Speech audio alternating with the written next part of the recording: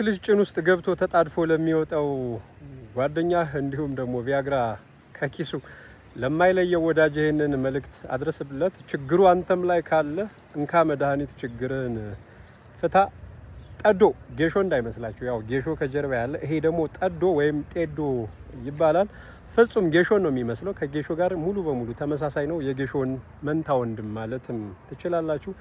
ከስሩ ቅርፍት በመጠኑ ተወስዱና በአውራጣታችሁ አዝቅ ልክ ቢሆን ይመከራል። በአንድ የውሃ ብርጭቆ አፍልታችሁ ዝንጅብልም እንዲሁ ዝንጅብል በመጠኑ ትንሽ ቁራጭ ዝንጅብል ትቆርጡና አብራችሁ እንዲፈላ በማድረግ አጥላችሁ ተፈጥሯዊ ማር አንድ ማንኪያ በማድረግ ማታ ማታ ከ3 ቀን እስከ 5 ቀን ባለው ጊዜ ብትጠጡ ወንድነታችሁን ድክመታችሁን ይመልሳል። በዚህ አይነት ችግር ብዙዎቻችሁ ትዳራችን ልናጣ ነው፣ ጓደኝነታችን ያው ሊለያይ ነው፣ ከሴት ጋር ያለን ጓደኝነት ወይም ከፍቅረኞቻችን ጋር በእንደዚህ አይነት ኬዝ እየተለያየን ነው እያላችሁ ለዘመናት የስንፈተ ወሲብ እየተባላችሁ ለምትቸገሩበት መድኃኒት ይሄው መላውን እንኩ።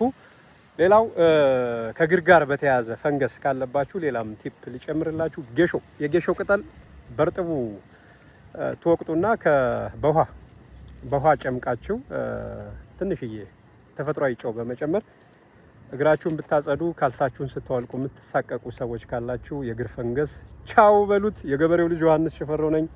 ሰላም። ጠዶ ያው ምንድን ነው የሚባል አባይ ዳር ያለች ጸዶ ስሯ ለመድኃኒት እንጨቷ ለሚዶ ይባል የለ። ሰላም። እሺ